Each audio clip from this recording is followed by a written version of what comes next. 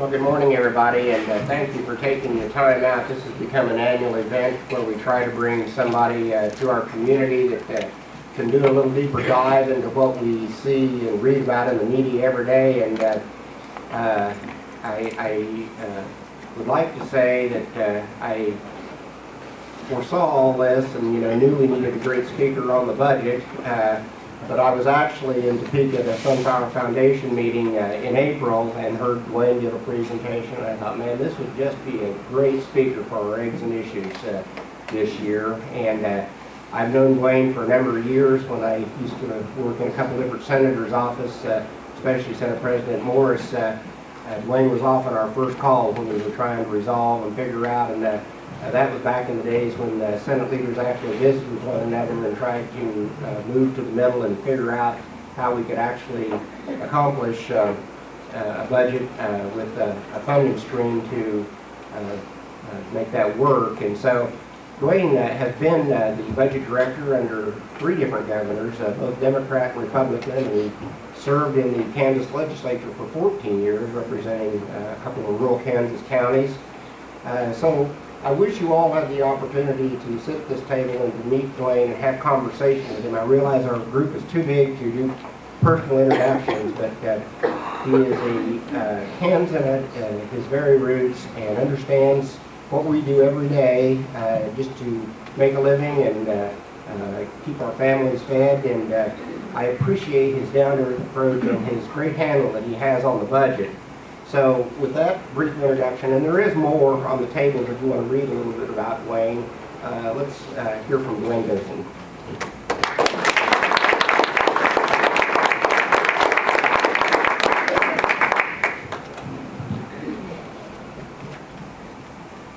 Good morning, everyone.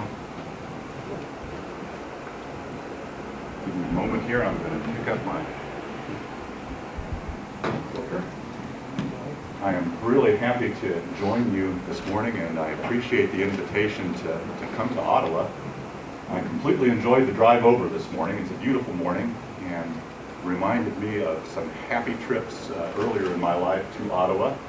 My wife and I have a daughter she graduated from college just this spring, but she plays the violin, and for 8 straight years when she was younger, we came every summer in early June to the Ottawa Suzuki Springs summer camp that's held every year. And either my wife or I brought her each day from Topeka, and then we spent the day in Ottawa and learned to know the community a bit through that method, and I'm really glad to be back today.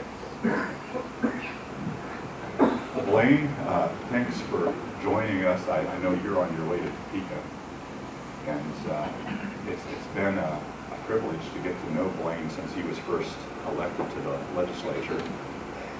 I have great respect for him as a legislator, and he is sharp and independent and looks at all of the information, and as a community, you're very lucky to have him representing you. John, I don't know how you all pick your issues for your annual Eggs and Issues breakfast, but certainly state finance and state budget is a timely topic today. It is day 104 of what was supposed to be a 90-day legislative session, or not longer than 90 days. And it's in deep overtime because the state of Kansas is facing very serious financial problems that must be resolved. And that's what I want to spend a bit of time talking about today. I'd like to try to help you understand how we came to be in this position as a state and give a little bit of explanation and background to that. And then I'll be happy and will look forward to your questions and discussion. And I'm sure Blaine will be interested in your solutions and advice. I hope that you'll be willing to indulge me in just a couple of minutes of state budget background to set this up. I think that will help us understand the context of what we're dealing with. I know budgets and finance are maybe not the perfect topic for a breakfast talk, but please give me just a couple of minutes to talk about budget background. To start with, the Kansas budget operates off of a very simple principle that all of us can understand. All of us operate with this same principle in our own personal finances. Income and expense have to balance. They have to be equal. It would be nice if income was actually up above expense a bit, because then we can generate a balance in our bank accounts. It's possible for income to sometimes be below our expenses if we're willing to take money from our savings account or from some other place temporarily to pay for those extra expenses. But ultimately, income and expense over time have to at least be equal.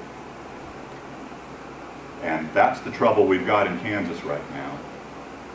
Kansas has adopted tax policies which have caused our state revenue to drop very sharply. And now we've got expenses that are about $800 million higher than our revenue coming in. Let's look a little closer at that. Kansas runs its fiscal years from July 1 to June 30. So we're right at the beginning of June now, and we are almost all the way through what we call fiscal year 2015. The key thing that the legislature is now trying to do is set a budget for fiscal year 2016 and also fiscal year 2017, but especially this next budget year, which begins in less than a month. There are lots of funds in state government, and I certainly don't want to overcomplicate this, but the key ones are the State General Fund and the Highway Fund. If you add up everything that Kansas does, it's about a $15 billion a year operation. If you count all the taxes that we pay, the fees that we might pay for different kinds of services, tuition that students pay at state universities, federal monies that come in, lottery tickets that we buy, if you count it all, there's $15 billion running through the state treasury. But the key funds, State General Fund and Highway Fund, those are the funds that lawmakers have the most discretion over, and the State General Fund is where most of our taxes go. So let's look at the State General Fund. That's the place where we've got our problem. Here's a quick chart which shows you how the state spends its money. This is how the State General Fund is allocated in this fiscal year. Half of it goes to public education, kindergarten through 12th grade. Another 12% goes to higher education, 20% to Medicaid, or the Kansas share of Medicaid, and then there's 6.7%, that's this gray slice here, which is other human services, things like public health, state hospitals that are not Medicaid related. There's a yellow slice in there, which is public safety, that's our prison system and Kansas Highway Patrol. A green slice for general government, a little less than 4%, that's the legislature and the court system. But a thing to note here, you start here with other human services, come up around this way, 90%, almost 90% of the State General Fund is allocated in one way or another to education or human services. So if something big is happening in the state budget, it's going to affect education and human service spending. Now let's look quickly at another chart which shows you where the money comes from. The two big sources are individual income tax and sales tax. And then there's a smattering of other things. There's a corporate income tax, a severance tax on oil and gas, some tobacco and liquor taxes, and a few other small things. But the two big ones, individual income tax and sales tax. The individual income tax used to be almost half the revenue for the state general fund. It's now down below 40%, and it's falling. And the focus of the current tax policy that is in place in Kansas is to ultimately eliminate the individual income tax entirely. Now, that's the budget background. We did that. Let's go back now to this expenditure chart and let's dig in a little bit deeper. Look at all these things here. Look at education and Medicaid especially. Think about those things, and then think about the costs that you have in your own personal finances for various kinds of necessities, for housing, food, clothes, transportation, all of that. Think about what you spent on things 10 years ago and what you spend today. Well, you spent more. And if we asked the question, if you thought about it, how much are you going to spend 10 years from now? Almost everybody here would understand that costs are going to go up. That same thing is true with state government expenses. It is unrealistic to think that things like education and human services are going to stay flat or stagnant or even possibly go down. Those kinds of costs are going to go up. We could spend a lot of time talking about that concept, but let's dig in on just one, Medicaid. Let's go a little deeper into Medicaid. The Medicaid program, many of you are familiar with it, but it's a program that offers health services for low-income Kansans. About 400,000 Kansans, mostly children, get their health services through Medicaid. More than half the people who live in Kansas nursing homes are supported there by the Medicaid program. The federal government pays for the majority of it, but the state has to pay a portion of it, and what the state has to pay costs 20% of our state budget. And that cost is growing, and Kansas has very little choice but to pay those costs. Here's a chart that shows Medicaid costs over time from 2000 on up to today. That blue line, this blue line is the state cost. That's the federal cost. If you add those two together, you get the total. You can see where they're going. Sometimes the federal government pays more and the state pays less. That happens usually that has happened often in a recessionary time. The federal government temporarily helps out the states by paying a little more for Medicaid. Happened here. But ultimately, total costs and the state costs are going up. And Kansas simply has to plan for that. So that's just one example of expenses that the state has that lawmakers have to plan to take care of. We've got expenses in Kansas that are rising. Keep that concept. Now let's go back to the revenue.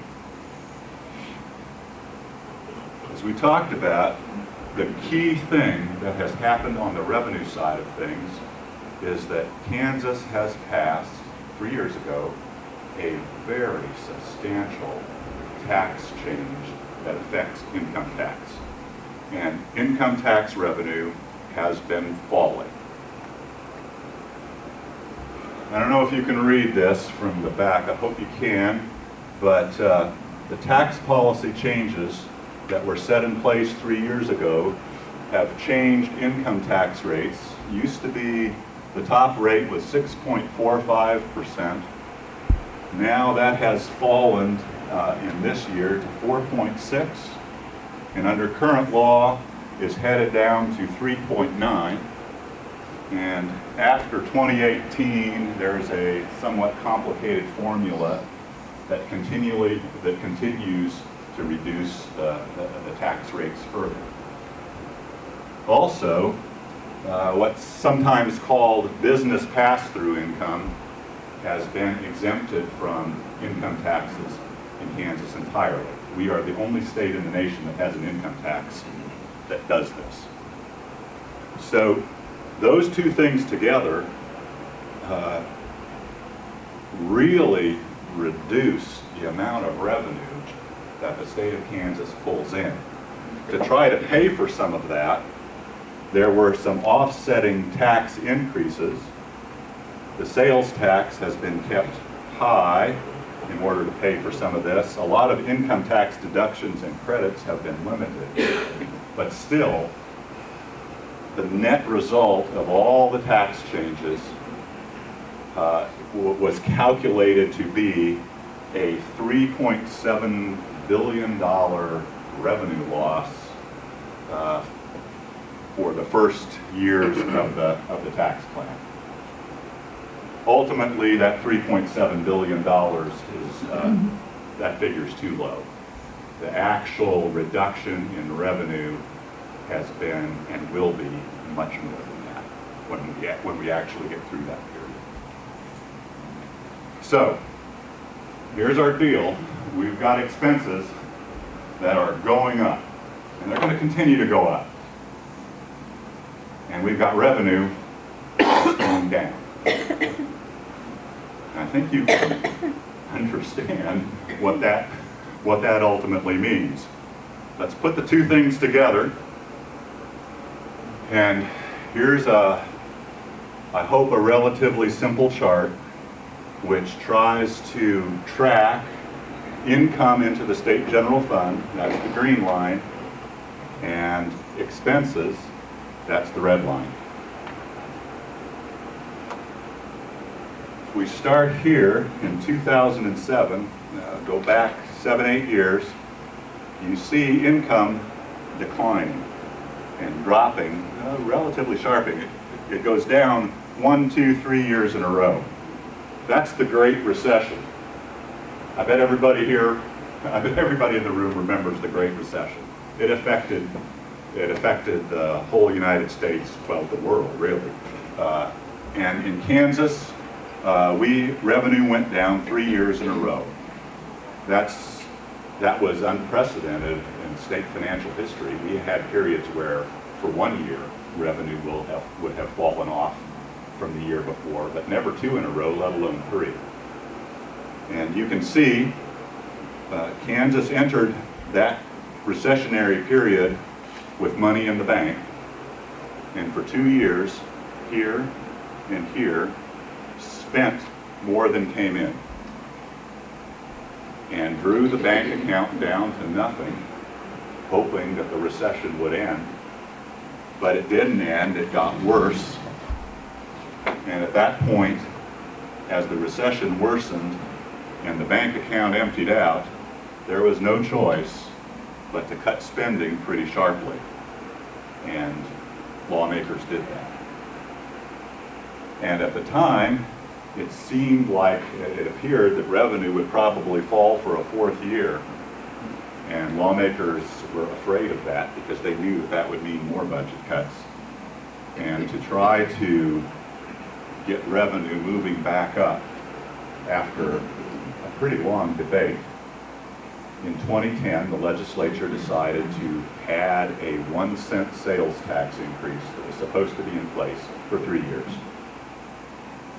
And the first year of that comes right here. It helped move revenue back up. There's the second year. And revenue would have continued to go on up in an arc kind of about like that, except that then the new tax policy changes start to kick in. And that, in the first year, they were just starting to phase in. You see revenue start to bump down, and then revenue falls off very sharply in the last fiscal year 2014. Revenue drops $700 million in 1 year. And that's a steeper, sharper drop in 1 year than we even had during the Great Recession. Now, this is 2015. This year isn't quite over yet. It looks like revenue is pushing back up a little bit. That's actually a bit of a tricky thing, because the reason why revenue goes back up here is because money has been transferred from the highway fund, a couple $100 million, and that's already been approved and put in place. And that now makes it look like revenue is bouncing back up, but it's only going up there because money has been pulled from the highway fund, and that counts as state revenue to the general fund.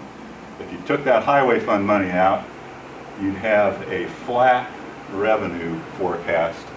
This would flatten out here, and the official revenue estimates for the future are for this to just be flat here through 2017. But if we go back to this, remember that in 2018, rates fall again, and if we actually mapped revenue on this chart, when we got to 2018, you'd see revenue taking a dip. So at best, tax revenue has fallen and is going to stay flat into the future under current policy. So now what we've got is we've got expenses moving up here, and we've got almost an $800 million gap between expenses and revenue. Now, in fiscal year 2014, that gap was filled by using up a portion of the bank balance. The bank balance which was built up right through here. Now we're 1 month away from the end of fiscal year 2015, and as I said, money has been transferred in from the highway fund. That brings this revenue up to here, and then in addition, the remaining portion of the bank account is filling the rest of the gap, and that brings the state's bank account or savings account or reserves, whatever you want to call it, down to zero, to nothing. So at this point, the state has used up all of its reserves, transferred money in from the highway fund to fix up fiscal year 2015. We're going to end fiscal year 2015 in about 30 days with basically nothing in the bank account. And then, going forward, the state faces this gap. And that's what legislators are trying to resolve. Now, you can see that spending goes up. Go clear back here to 2007, 2008. You've got spending moving up, but that's actually a very flat spending increase, given that all through this period, even through the recession, the state has been covering the increases required for Medicaid, covering the increases required for the public employees retirement system, covering inflationary cost stuff, but cutting other things like school finance and some social service programs in order to pay for that. This spending right here, the legislature hasn't actually passed a budget for fiscal year 2016 yet, but this is where they're negotiating right now. The Senate has passed a budget, the House has not, but this is the Senate budget that has been passed. And I would suggest to you that we have probably the most conservative legislature that we may have ever had on spending things. And that conservative legislature has been looking very hard at this budget. And the budget that they're working with is,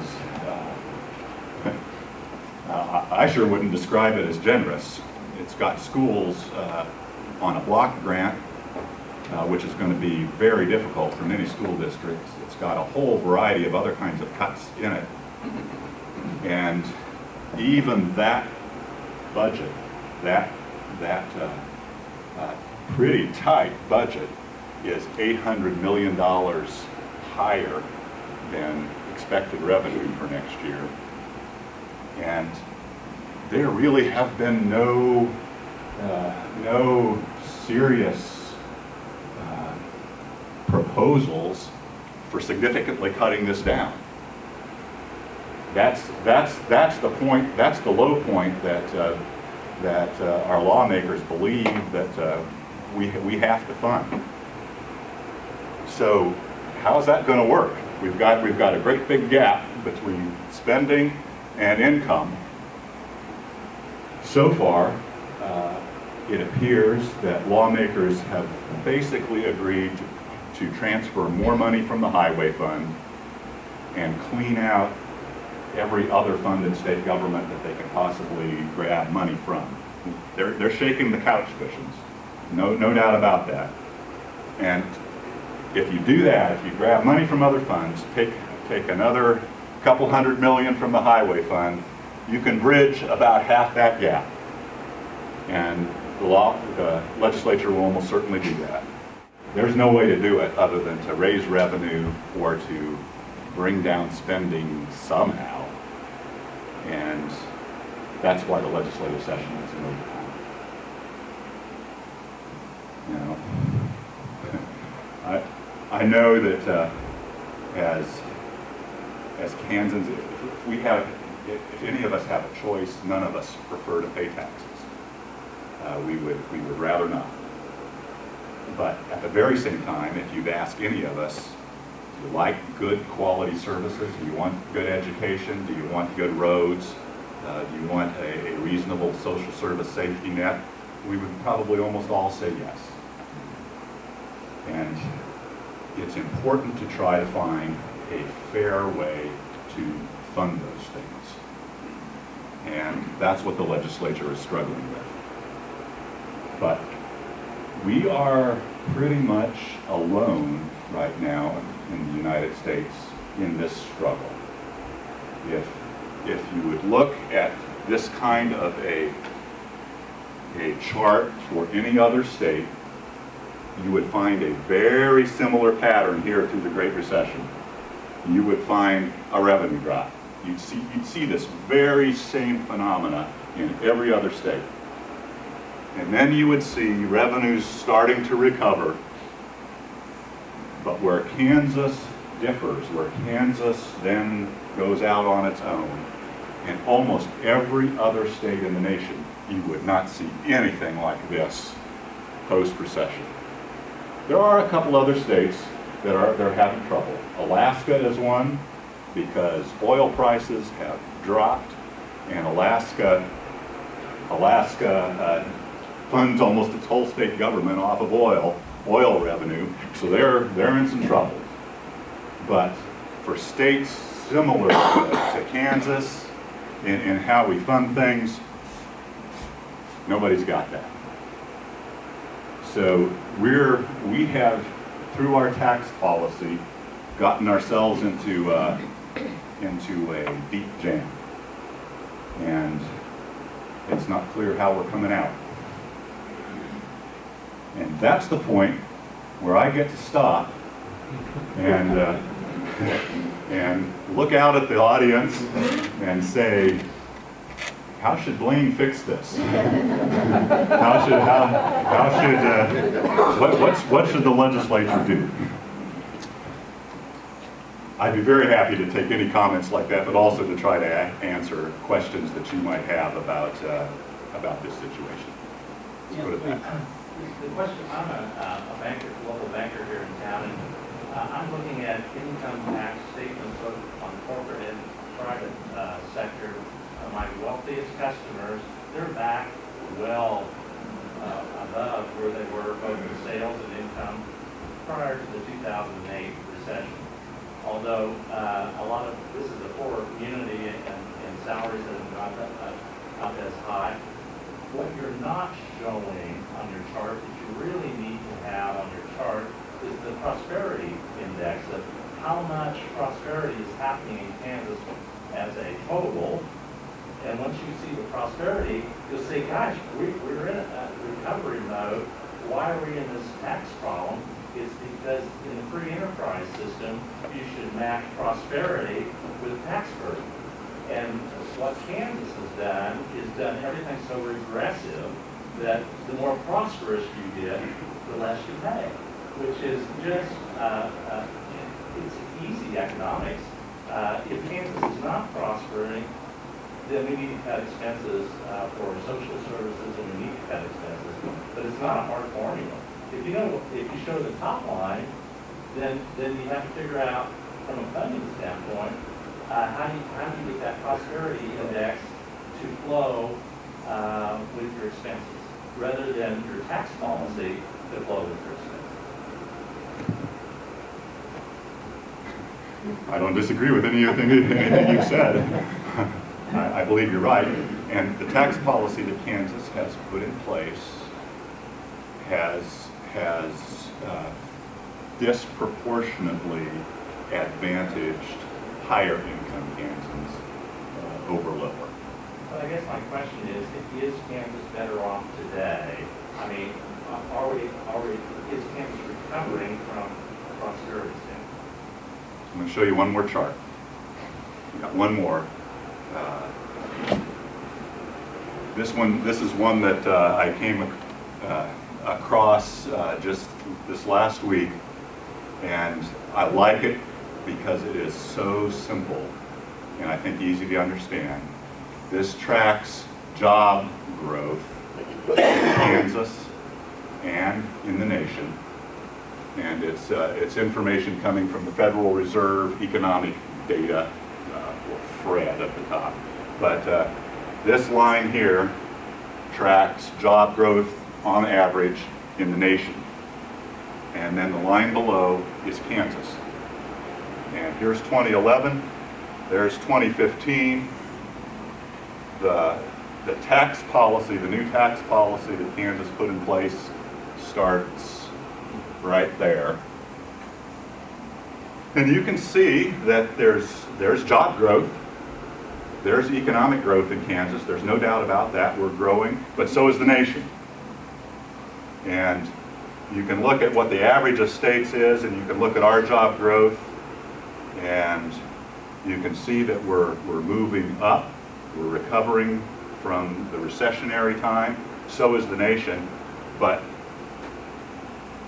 you can't look at that and see any kind of a bump. I mean, there's where tax stuff, the tax policy started. There is no discernible bump up because we changed tax policy. It appears like things are just moving along as they would otherwise normally have moved. But the tax policy has put us in a really difficult financial position as a state. You have a question? Do you have examples of states that have it figured out, are experiencing significant job growth, maybe outpacing what the national job growth is, or what are they doing different that's working for them? And I know there are lots of variables that are involved with that, but are there examples of other states that we should be looking at? There are other states that you can certainly look at. California is doing great at the moment. During the recessionary period, California was the kind of a poster state for bad finances, and nobody wanted to copy them. But right now, their budget is balanced. They're doing great. Minnesota is doing really well, even after they have raised taxes. They've got a terrific budget surplus.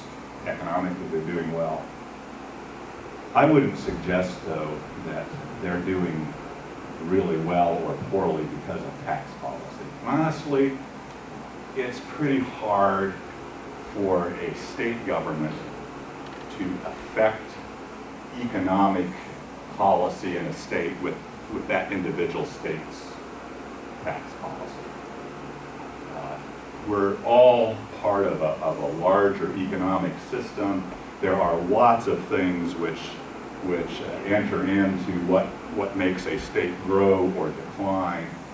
Tax policy is a small thing, and it can have some effect, but it's unlikely to change things in a very major way. There are other things which are just as influential in what happens. And in Kansas, you really can't look at the long-term data and find any balance because we've changed tax policy, and it's pretty hard to discern that. But it is pretty easy to conclude that the tax policy has caused us a terrific budget problem that we have to in some way deal with. And the end result of this budget problem is going to be one of two things. Either we're going to raise taxes somewhere, and if the state does not backtrack or go back and undo some of the income tax changes, then the alternatives left are basically sales tax or somehow a little bit more roundabout, a property tax increase. Those are the real options. Or it's sales tax or property tax, or the other option is to bring the spending down, and if we do that, that's going to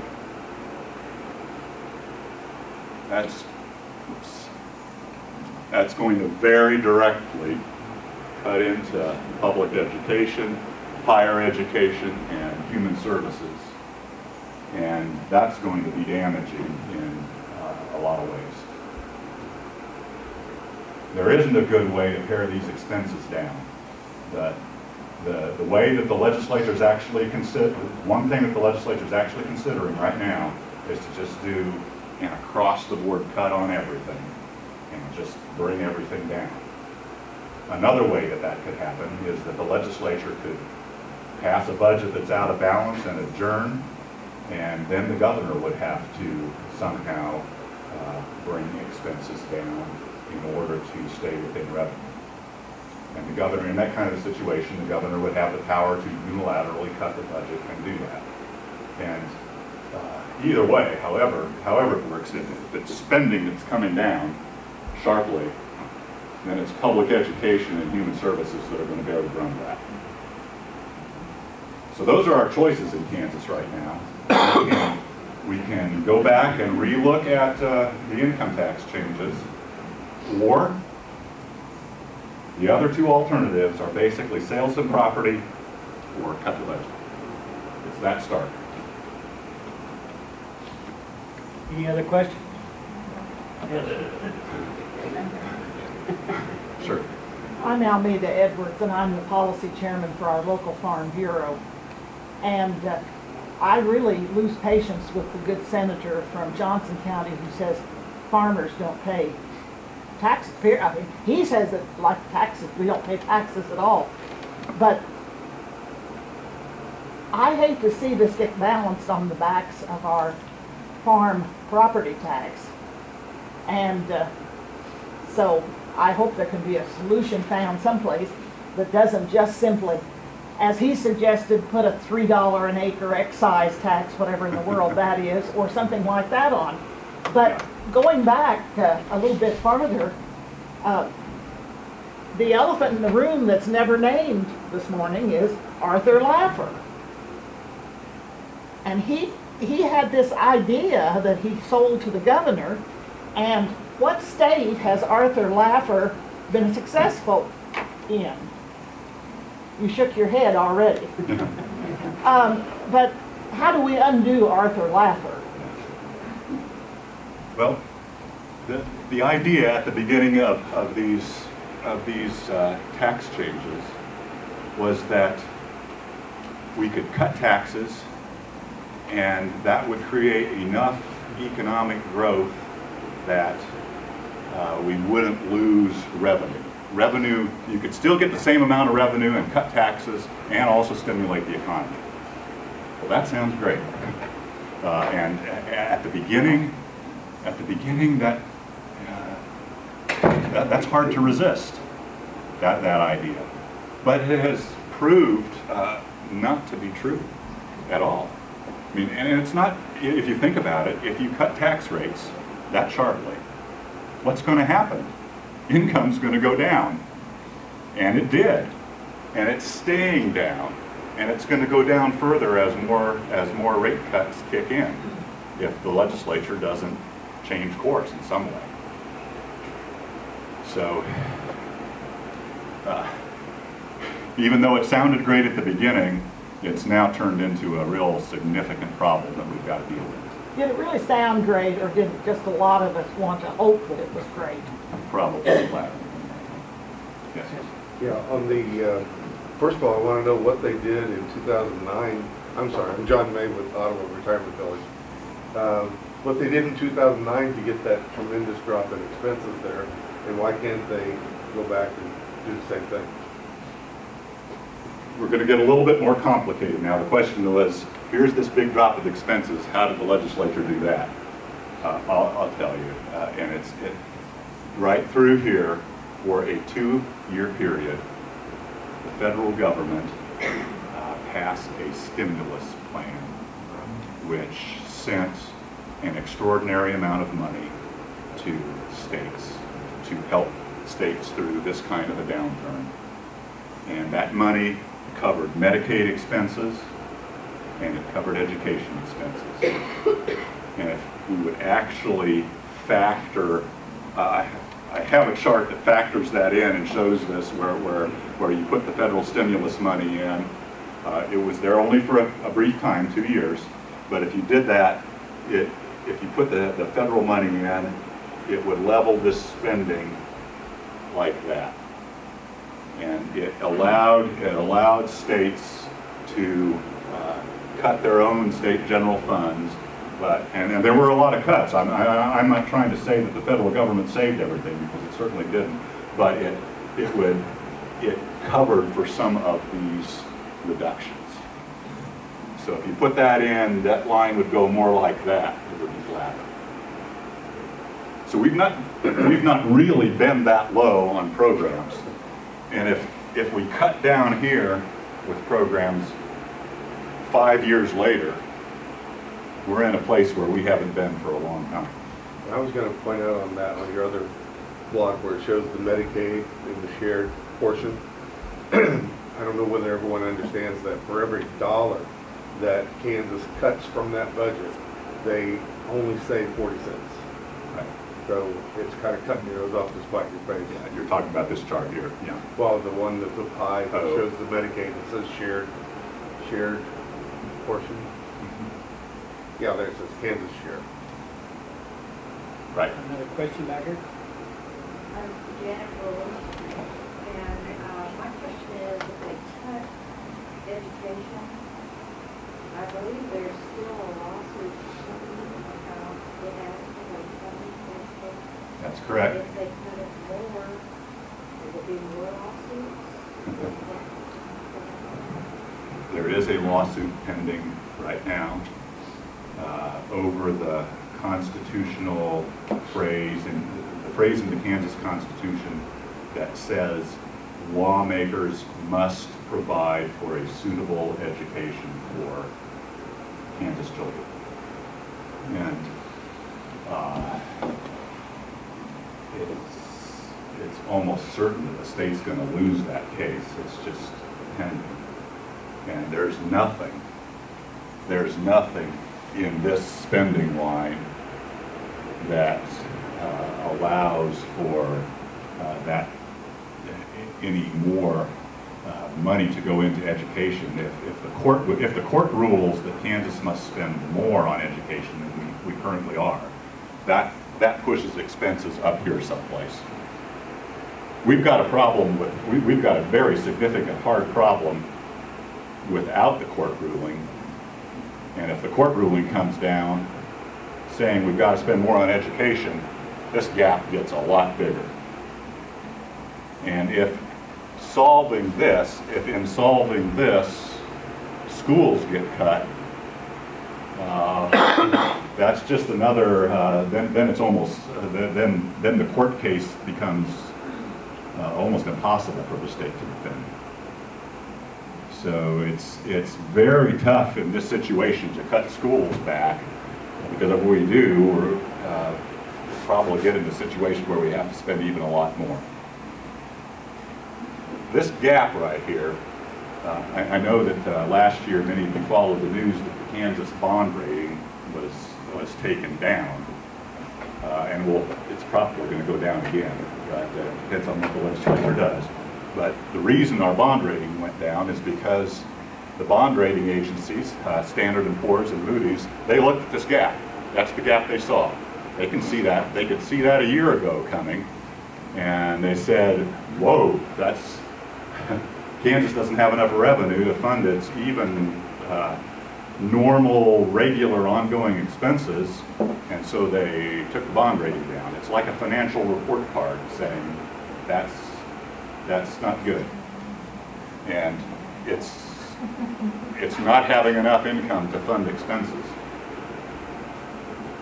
If in your own personal checkbooks, if you were writing checks beyond your income, your credit rating would be going down too. I'm just curious how our total tax rates, which would be your income tax, your sales tax, use taxes, and all the other taxes that are frequently hidden in your cell phone bills and other places. If you added those all up for Kansas, how do those compare to the states that surround us? If you add everything up, the question was, if you add all the taxes that we pay in Kansas, if you add it all up, total it, and compare it to the states around us, how do we compare? And I'm not quite sure that I can answer that in any kind of detail, but every state has a little bit different mix of tax. And one of the ways to gauge this is that there's every year, I believe it's the Tax Foundation that puts out a calendar that shows how far into the year you have to go before you've paid all of your tax obligations to a state. And in most states, it counts everything: local taxes, property taxes, income taxes, the whole schmear. And in most states, that calendar shows that the average citizen has paid up someplace in April, and that's true in Kansas too. We're about I think we're probably about in the middle of the pack if you count the whole thing. There are some states that have no income tax at all. That's what Kansas is trying to copy. There are 9 states that don't have any income taxes. But all of those states, every one, has some other kind of tax mix that Kansas doesn't have. Alaska has oil. They don't have an income tax. In fact, they send money to their citizens when the oil prices are good, and they get by with that. There are a number of the no income tax states have energy revenue or oil revenue. Wyoming, Texas, Nevada has gaming that they fund a lot of their government on. But every one of those no income tax states has a much higher quotient of sales and property taxes of some kind than the income tax states. Every one. So they all have something. It's not that they're not taxing. It's just a bit of a different mix. I believe Kansas is about in the middle, and I would say that for the most part, I would say our citizens thought we had a reasonably fair tax structure going into the tax changes, but we've changed it quite remarkably now, and now we're all getting a chance to weigh in and judge on whether the new course is a good one or not. Well, having had the opportunity to watch it from the inside and knowing the dynamics that are in play right now, I could see coming to a point of non-resolution. It's going to be difficult for people to change their principles, and there's different dynamics at play even within political parties and different factions of the political parties. I know Mark Perkinson in '09 had to do reductions, and I think Brownback's maybe done it once, but is that the only, if they leave the people without a budget that balances, is that the governor's only option then at that point? Does he call them back in special session, or what? It's an interesting conundrum. John's asking a question about how the legislative session is going to end and what happens if there is no revenue increase. And in response, I would say my first session as a legislator was in 1983, and so I've watched a lot of legislative sessions, and usually, in almost every case, you know about how they're going to end. But this legislative session, I honestly, and I think it would be true of many observers, I honestly don't know how it's going to end. I don't know if the legislature is going to be able to come up with some kind of a revenue package. They may not. If they don't, if they just pass some kind of a budget, if they pass a budget that's up here and leave town without changing the revenue line, then we've got a budget that starts in less than 30 days that is badly out of balance. And in that kind of a situation, the governor has the unilateral authority to cut the budget however he feels, however he wants, in order to bring spending down to meet revenue. He can't raise revenue, but he can cut spending. And other governors have done that. In recessionary times, that has happened. Other governors have used that authority to do it. But in this case, the governor could cut spending. He could call the legislature back to say, hey, you didn't do your job, come back and do it. But something would have to happen.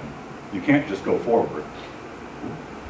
You may have noticed that already the legislature is up against deadlines for what's called state employee furloughs.